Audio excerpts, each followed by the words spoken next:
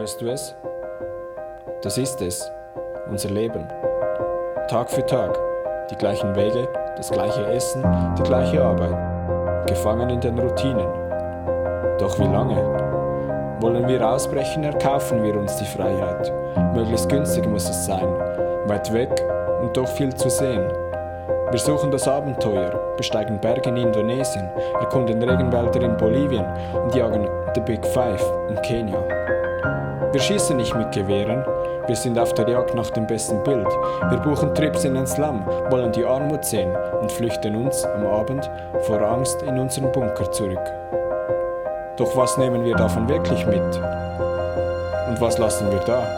Was lasse ich da? Mein Name ist Raffi und als angehender Lehrer beherrscht der Alltag auch mein Leben. Meine Ausflucht heißt Kenia und fernab der Touristenströme entdeckte ich mit der Kamera den Alltag.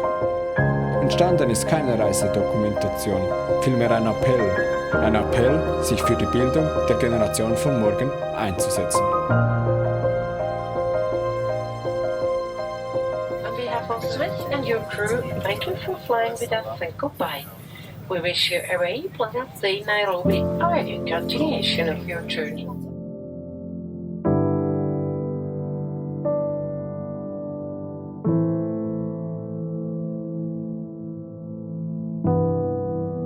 Nairobi, Hauptstadt Kenias und mit mehr als 3 Millionen Bewohnern ein Magnet für ganz Ostafrika. Dass Kenia dabei ein Land der Gegensätze ist, merkt man schnell, sobald man den modernen Stadtkern verlässt. What keeps me going is the resilience and the hope. My family, my child, makes me wake up early in the morning, wash my face, think positive, and try to come up with solutions, trying to seek how we can survive.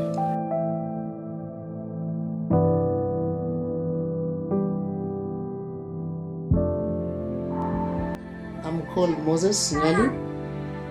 I'm 29 years old. I was born and raised here in Kibera. I came back to Kibera, to my community, to give back, to better my life and also that of my community. You have to have hope. You have to continue. You have to wake up early in the morning. You have to go an extra mile. You have to make sure, as much as, for example, you fall down, you have to wake up. You have to wake up and keep on moving, keep on walking, because you never know. So I'm dad, and I try to sacrifice a lot for the sake of my family. Personally, I did not grow up with a dad because my dad passed on when I was about age 12. So I have to be a good dad to my son, so that at least my son can be able to experience the fatherly love. And I'll do anything to make sure that my son makes it.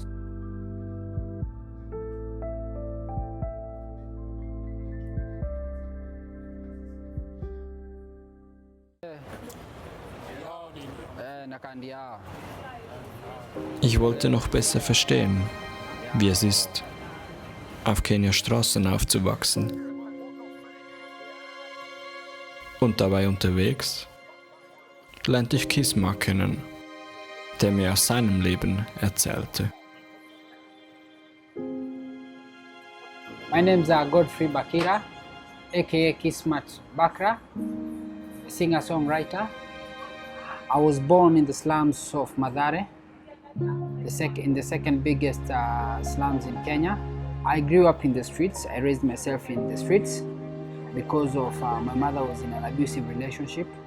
So every time she was being beaten by my father, it was like just fight. The house was noisy. And since I knew no other relative, I didn't have relatives, I had to flee from home and I came to the city. Now the streets became my mother, the streets were my parents. So from that time, I got involved in so many things. Crime became part of my hustle, begging and just street life. I had to do anything so that I could survive. And then up to that time, I was lucky. And from that time, I branded myself and I called myself Kismat, which means lucky. I got adopted by a children's home. Moses und Kismart zeigten mir sehr eindrücklich, was es heißt, auf Nairobi-Straßen aufzuwachsen. Dennoch hatte ich nun mehr Fragen als Antworten. Was heißt dies nun für die Bildung und ist es da überhaupt möglich, in die Schule zu gehen? About the informal schools, in a nutshell, these schools, most of them are to the interiors of the slum. These schools have many challenges. The reason why we started this school, I wanted to support the most vulnerable and poor children within the slums, for them to be able to acquire some basic education. My names are Dan Josephat Seche, head teacher, future leaders, primary and high school. Ranging from learning materials, sitting materials, even classrooms. Some children, even if it's not all of them, end up even sitting on the bare ground. Because you look at the setup of Kibera, most of the parents are very poor and they cannot be able to afford those expensive schools within Nairobi. 0, very good. Can you clap for him for me? For me, you are the best. The key challenge is learning material. Another challenge is space for the learners, classrooms. They don't have enough classrooms. And then their feeding program. We only depend on the parents who are very, very poor to support their feeding program, which is not enough. So sometimes they even go to, they stay in school without lunch, and of which it cannot be able for them to learn. My name is Sally Monja. I'm Form 1. My favorite subject is history. Ich fragte mich, stellt diese Schule einen Einzelfall dar oder lässt sich selbes bei anderen Schulen auch erkennen? I would like to feed these children a good diet, but sometimes I have to go with what is there because I cannot afford. Yeah. They are sleeping. So we don't force anyone to sleep. If you want to sleep, you sleep. If you don't, you just open your eyes and no problem. My name's Jacqueline Mwangi. I work with the children, especially the little children and the babies. This is basically a daycare where we receive children from basically 1 year to 7 years with a aim of helping mothers, especially the mothers who have no place to leave their children or a safe place for the children. You know, the children also need to play. Play is one of the best things you can give to children, because mostly the children in the slum, they lack these things. They have nowhere to come and play and do their activities. Im Slum unterwegs hatte ich bis anhin nur private Schulen gesehen. Wo sind also die öffentlichen Schulen und was macht sie aus?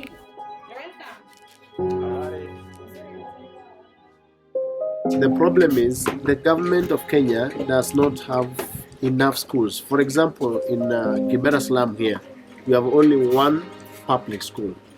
And so that one public school cannot be able to accommodate thousands and thousands of people within here. And that's why these community schools or church-owned schools, they come in and support these children who have no chance in the government school. So for the formal education, it is under the government of Kenya. So the government provides almost everything, ranging from the qualified teacher, the good infrastructure, the security, all that the government provides to the community. So the only problem actually is congestion. And by congestion, we focus on the ratio. So one teacher attending to in between 40 to 45 children, or even 50 children. And it's really crazy.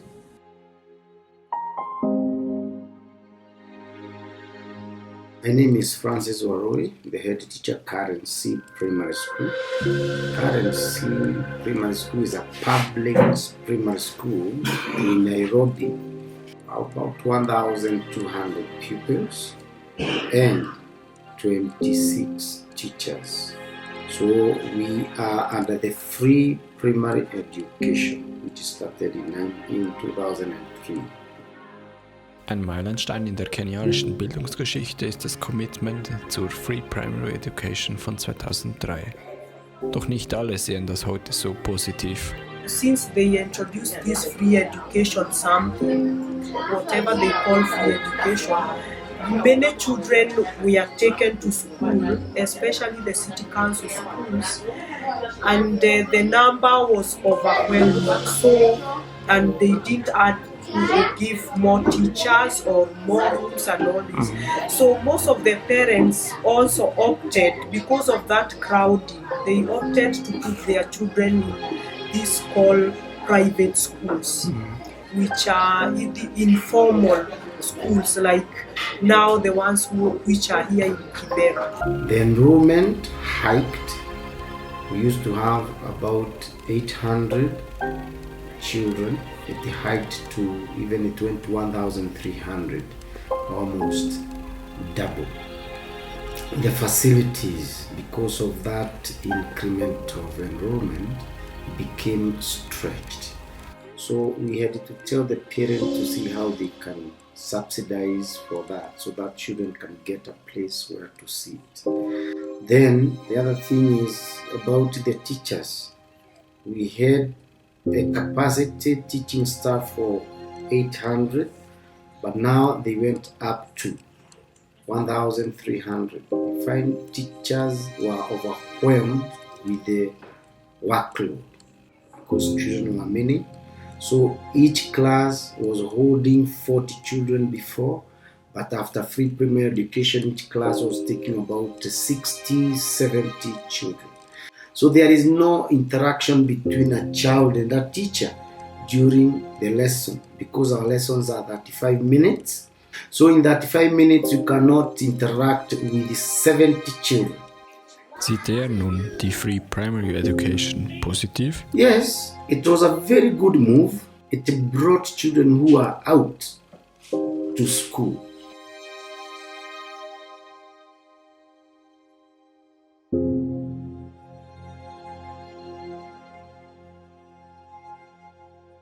Teachers are doing a lot.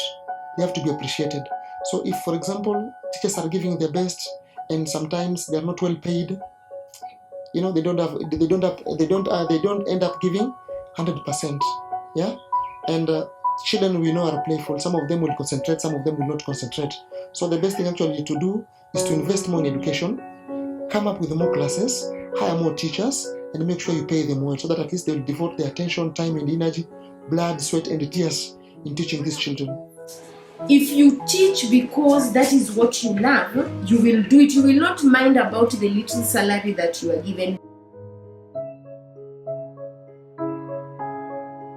My names are Awur Nyagilo. I'm the principal of Gentiana Primary School. Week 1985. Kiswahili wiki ya 17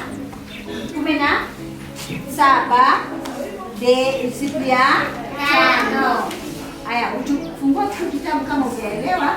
When you change somebody's life and make them to do something that they were not able to do, you are creating a legacy in your profession. And you see, legacy you can never change, and you can never compare it with any amount of money. Most of the private schools will not give you loans, but I will say our school is unique because we give loans for our teachers to go and study, and when they have studied, they will come back with the knowledge.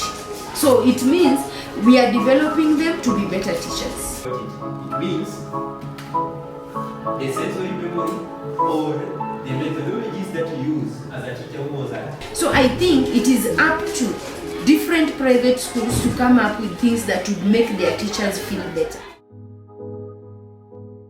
Was mir diese Schule zeigte, wie wichtig, dass eigentlich gute Lehrer für die Schüler sind. Und genau Gleiches erlebte ich auch selbst während 3 Wochen an dieser Schule an der Küste Kenias als Assistant Teacher.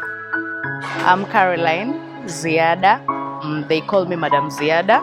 Our school is called Manuel Alexander School. I teach class 3 and I'm also the deputy of this school. I'm the deputy head teacher.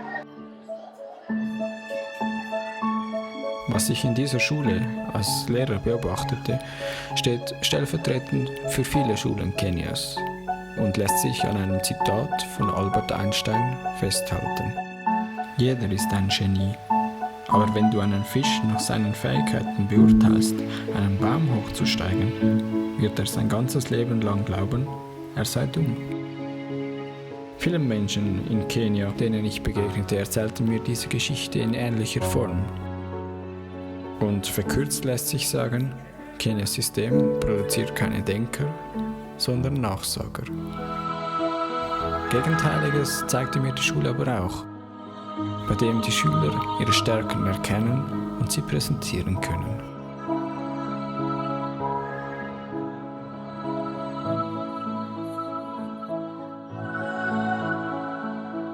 Und bei denen sich die Schüler auch begeistern lassen.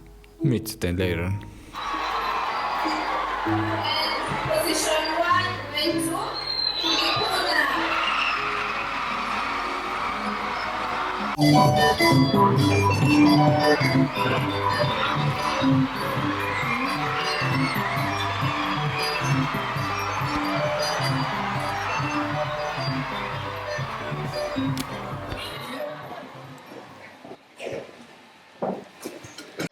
Most parents opt to take their kids to private schools because you find that there's a lot of laxity in the public. The teachers are not really driven or motivated.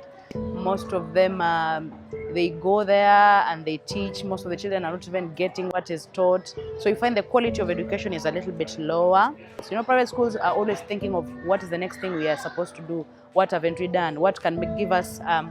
Can put us ahead of everyone else. But you find that in public school, everybody's relaxed.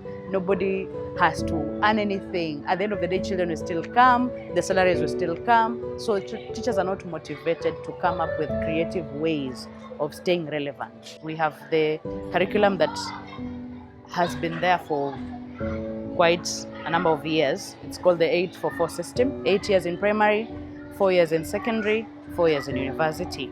And one thing about the 8-4-4 system is that it's so exam-oriented. Children are pressured to do well in exams. In exams, that has even pushed so many children and so many schools to actually indulge in exam cheating. Everybody thinks you are only valuable if you're really doing well in exams.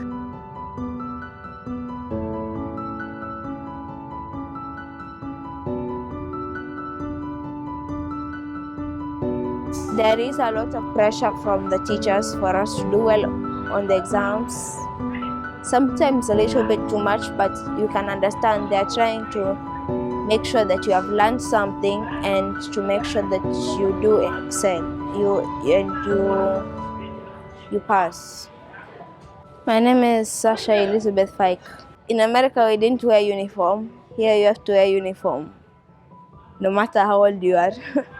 Or which class you're in, you have to wear a uniform because that's the school.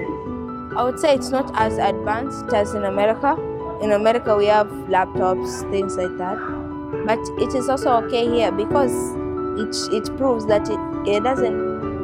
You don't have to have all the money in the world just to be able to get education or to learn. You can still learn and excel in your life without money and technology.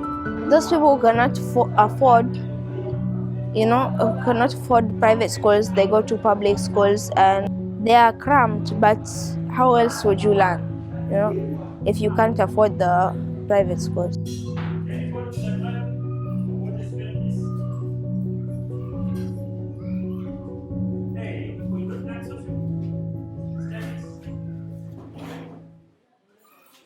This particular moment, we are using the new curriculum, the CBC, whereby it is practical and we are not exam oriented.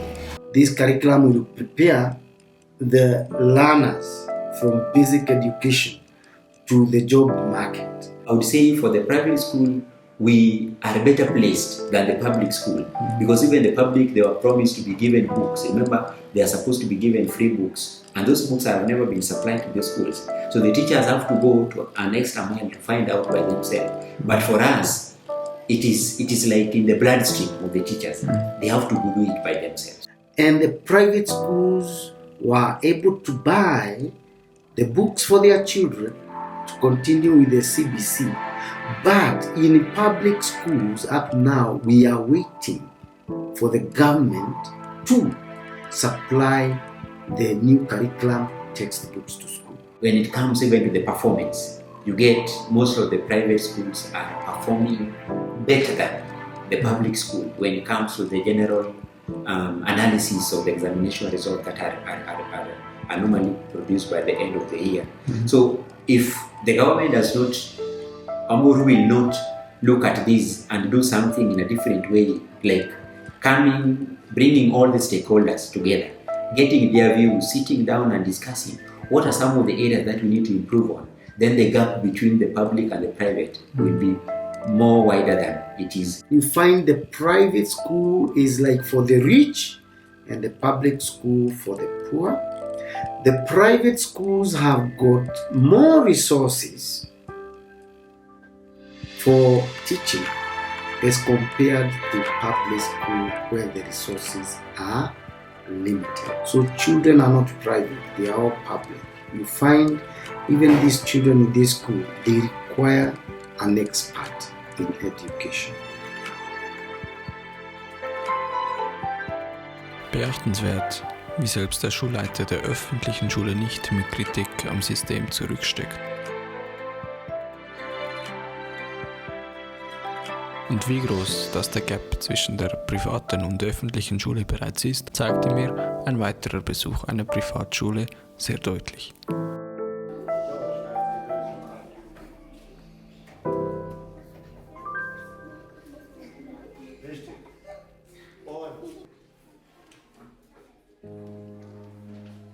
Bildung muss man sich leisten können in Kenia. Ich unterrichte Deutsch und Englisch. Das sind Hauptfächer hier bei uns an der Schule, die auch mit einem großen Stundenvolumen unterrichtet werden. Wir haben kleine Klassen und große Räume und dadurch können wir viel kooperativ arbeiten. Wir sind umgeben von großen Organisationen und beziehen daher auch unsere Schüler. Also wir haben viele Schüler, deren Eltern bei der UN arbeiten, in Botschaften arbeiten. Wir haben viele Lehrerkinder hier. Es ist ein großer grüner Compound, der sowohl einen Pool hat, als auch einen Tennisplatz, ein großes Sportfeld, ein Volleyballfeld, einen neuen Basketballplatz. Wir haben alle notwendigen Voraussetzungen, damit die Schüler hier sowohl einen Informatikunterricht als auch einen Kunstunterricht zum Beispiel haben können. Mein Name ist Sibylle Seite, ich bin die Schulleiterin der Deutschen Schule Nairobi. Wenn man sich hier umguckt im Umfeld der Schule, dann sieht man den Wandel, dann sieht man, dass Nairobi sich stark verändert und es sollte mich wundern, wenn die Schule davon ausgenommen wird. Also die Frage ist, öffnet sich die Schule? Wird sie größer? Will sie größer werden? Das ist eine Entscheidung, die die Schule selbst treffen kann. Aber ich höre immer wieder auch die Klage der Schüler, dass sie sagen, wir wissen zu wenig über das Land, beziehungsweise es spielt zu selten eine Rolle. Viele Kollegen fühlen sich aber unter Druck und sagen, wir haben hier diesen deutschen Lehrplan, wir müssen unsere Inhalte schaffen, es bleibt zu wenig Zeit.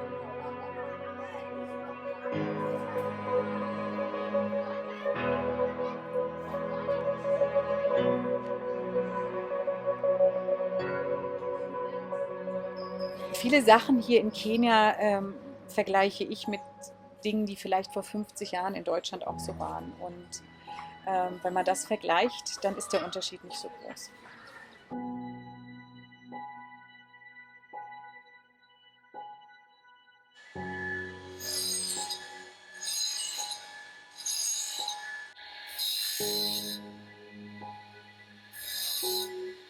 My name is Jack Nyawanga, founder of Victoria's Craft Group. We started Victoria's in 2006 at zero. By then, we had nothing. For example, myself, I just came out from the street. The business is sustainable. We are currently 16 employees. Our business is mostly focusing on employment of the youth and also making a difference through conserving our environment. Ich will nicht nur anklagen, ich will zeigen, was gut läuft. We change the lives of street kids and also give them a chance in life. So we give the less privileged, people who dropped out of school and people who have been into drugs and they want to change, a chance in life to share with the world and meet the world and make history with the people. Hope. Mit dem Projekt Nainomi hat sich Kismet eine neue Perspektive aufgebaut und prägt so den Wandel Nairobis mit.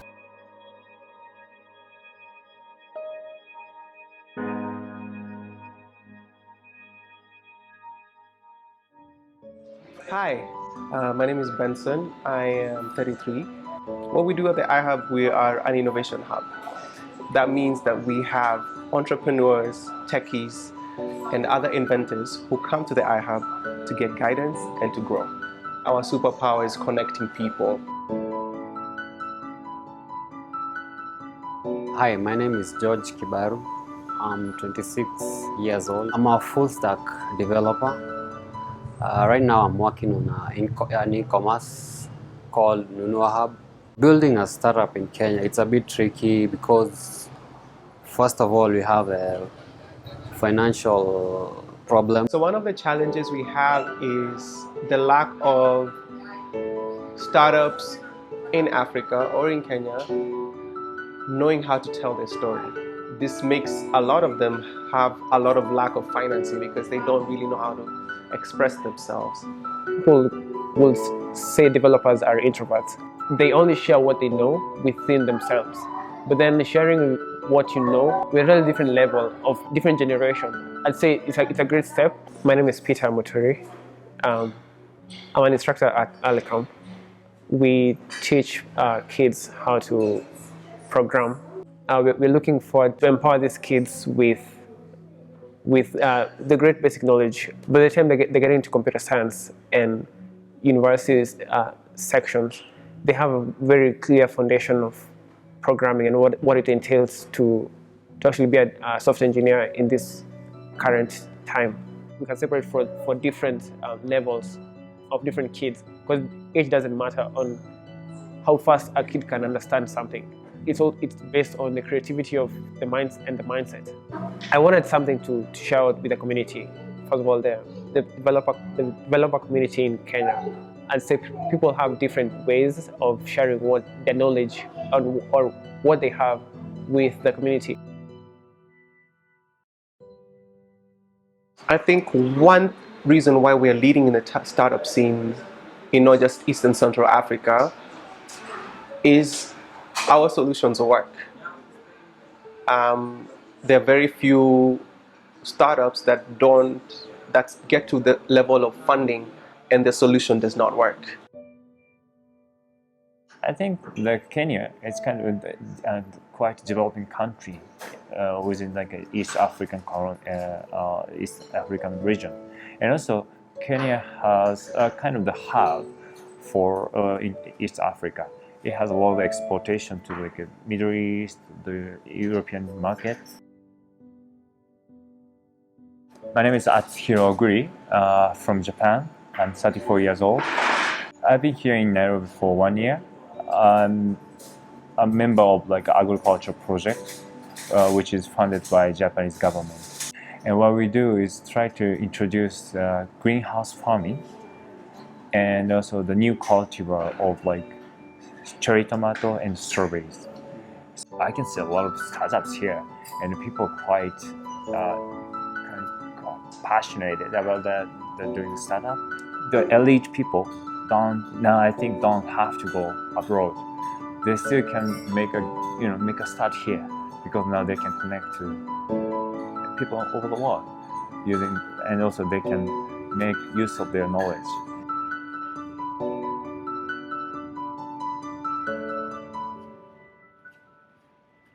We have brain drain all over Kenya. It's not just in tech. It's in anyone who's exceptional in anything they do. the opportunities that are there out abroad. Like for me, when I finished campus last year in December, and I really struggled just to get an internship. So most of them, they're like running away from that struggle of getting internship and employment because they believe if they go for greener pastures abroad, they'll find work, and maybe, as in, it's not like so hard to get it there. That's the assumption that most of them have.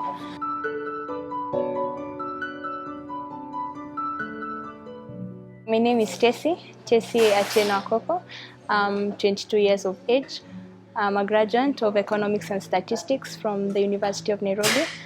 Currently, I'm doing a research on consumption of fruits and vegetables. Personally, I went through the 844 system, like the normal system in Kenya. So skills like problem solving, critical thinking, reasoning, they weren't developed. So it kind of affected me when I joined university. I was supposed to use critical thinking and I could not. With the change, I strongly believe it will really influence the students and the pupils more positively compared to the other system that was there. I see myself as an entrepreneur managing my own businesses, but not employed. I see employment as rigidity, like working 5 years doing the same thing over and over again. For me, it's boring. The education system that we have in the country does not prepare people to become entrepreneurs. It basically prepares them to become employees. My name is Simon Moredi.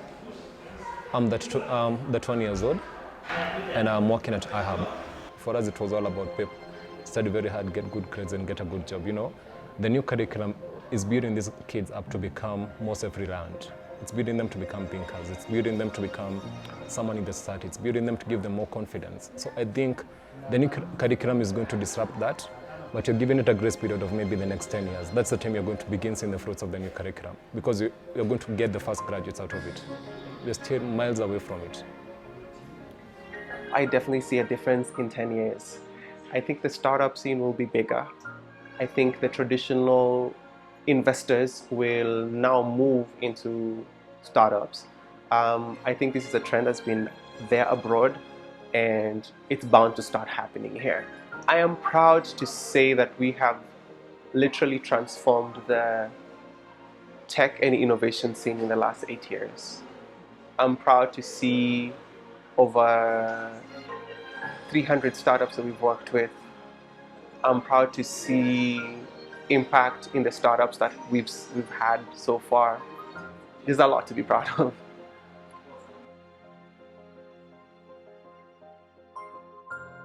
Stell dir vor, du lebst in einem Land, das per Gesetz kostenlose Grundschule anbietet, aber keiner will hin. Klingt unglaublich, fand ich aber genauso in Kenia wieder. Dieser Film hat gezeigt, dass kostenlose Grundschule, Free Education, nicht für alle frei ist. Und dass es in einem Konflikt zwischen Privatschulen und öffentlichen Schulen nicht nur Gewinner gibt. Ich blicke aber dennoch positiv in die Zukunft, denn mit einem neuen Curriculum lassen sich die Stärken der Schülerinnen und Schüler erkennen und diese gezielt fördern. Die Generation von morgen hat so die Chance mitzuentscheiden und mitzugestalten.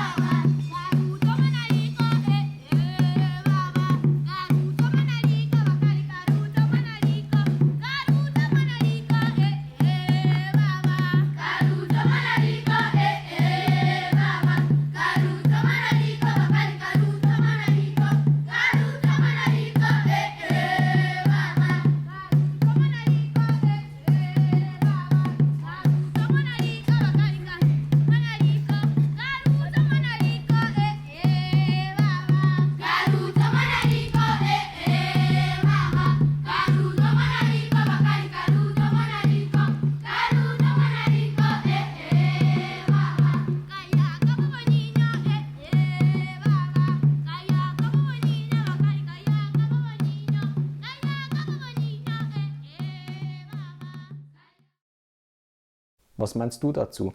Lasst uns gemeinsam weiter diskutieren. Du erreichst mich hier.